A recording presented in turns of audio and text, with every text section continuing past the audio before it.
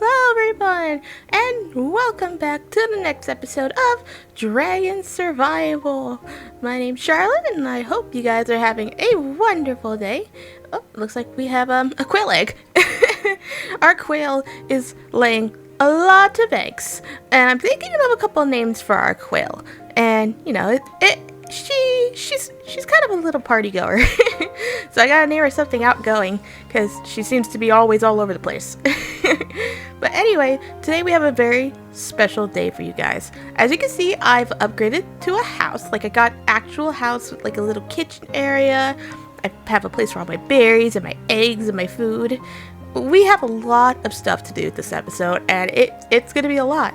Today we're gonna actually try to make a chicken barn out in the distance over there with a wheat field. And we're also going to try to get a dragon as well today. And I have a name for the cow. As you guys know, I've asked for cow names in the beginning of the first episode. And I decided to go with the name Beefaroni, or we're going to call him Ronnie for short. But even I have an upstairs area as well. And I put a little canopy in the back over there above where my berries are so that the crows can get it. And I even have a little balcony. Look at this. I can see over everything now. This is such a nice little view. I love this. I can't wait till we get our first dragon. But we're going to build our chicken coop and wheat field right over there in the distance. And actually, if you go in the back, mind my quail. I have some storage back here. And this is also where I come to get my berries, like I said.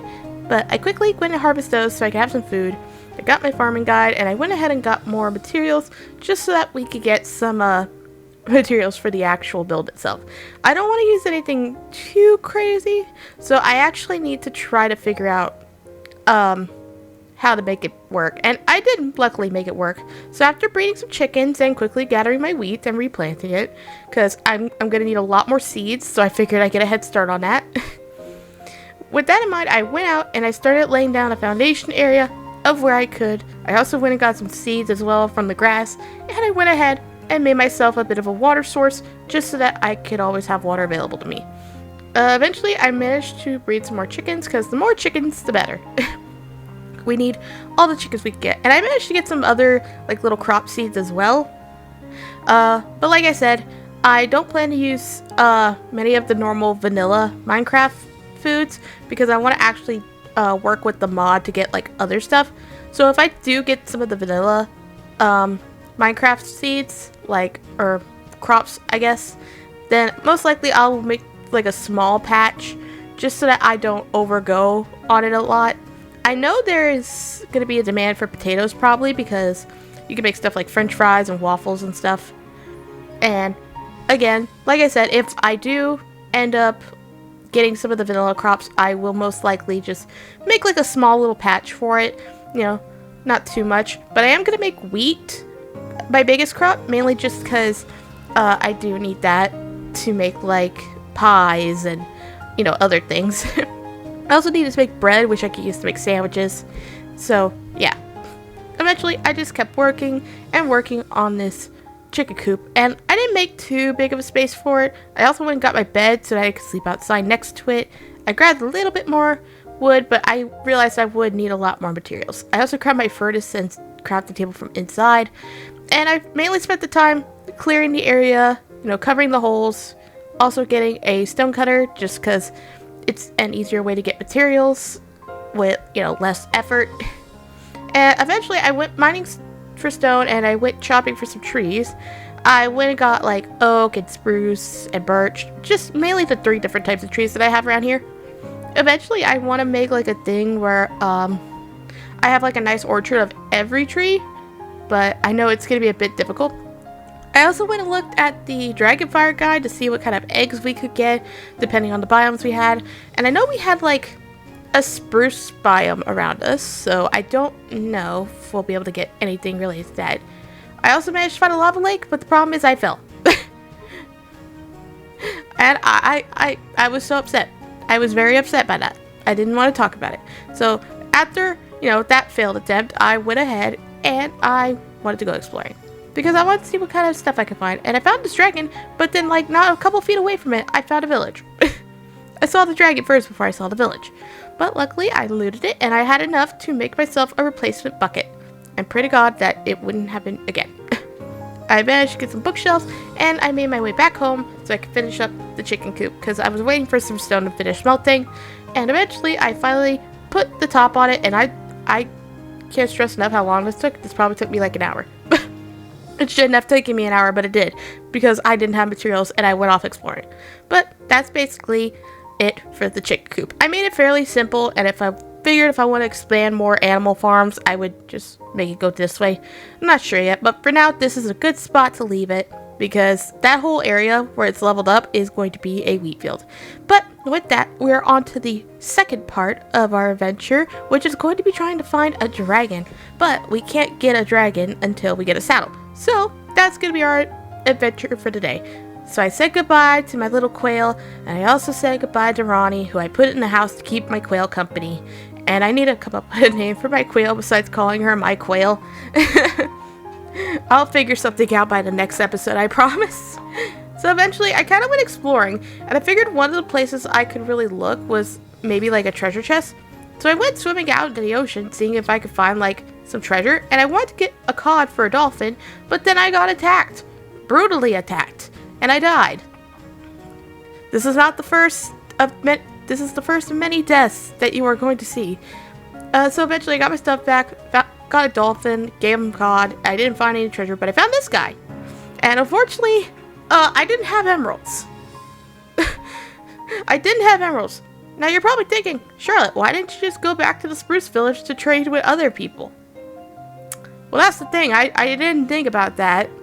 I just thought, hey, I could go look for treasure. It's no big deal. And I mean, it paid off. I found a sunken ship. It didn't have emeralds, but it had a treasure map. So, I mean, I took that.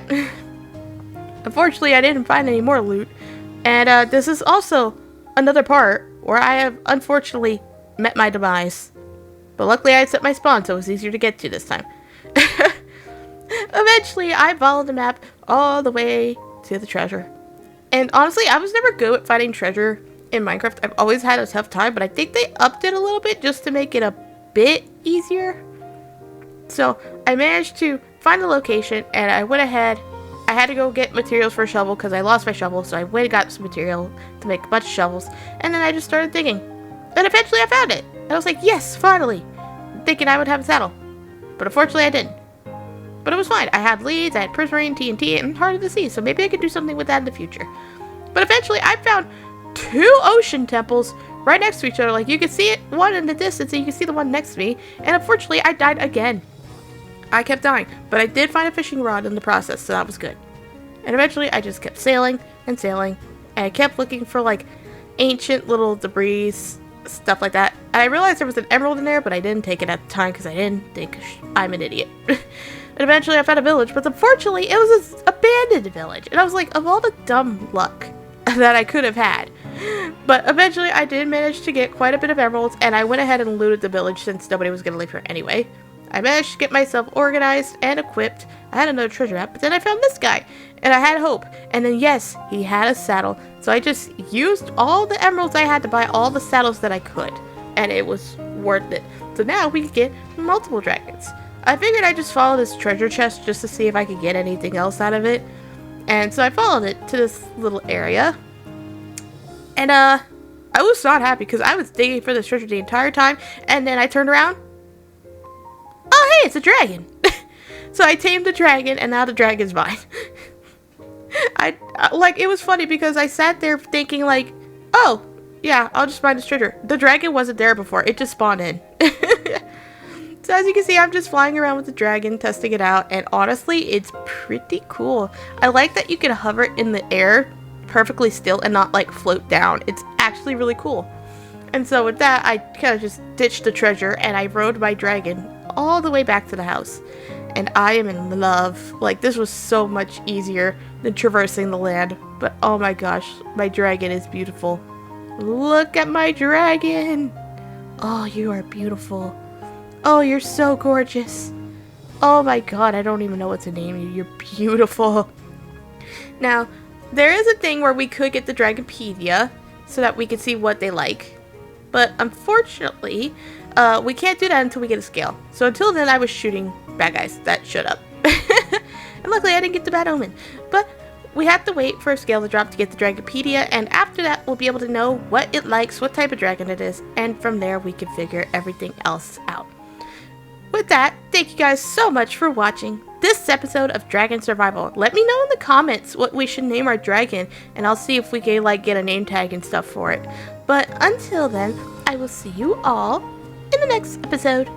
Bye-bye!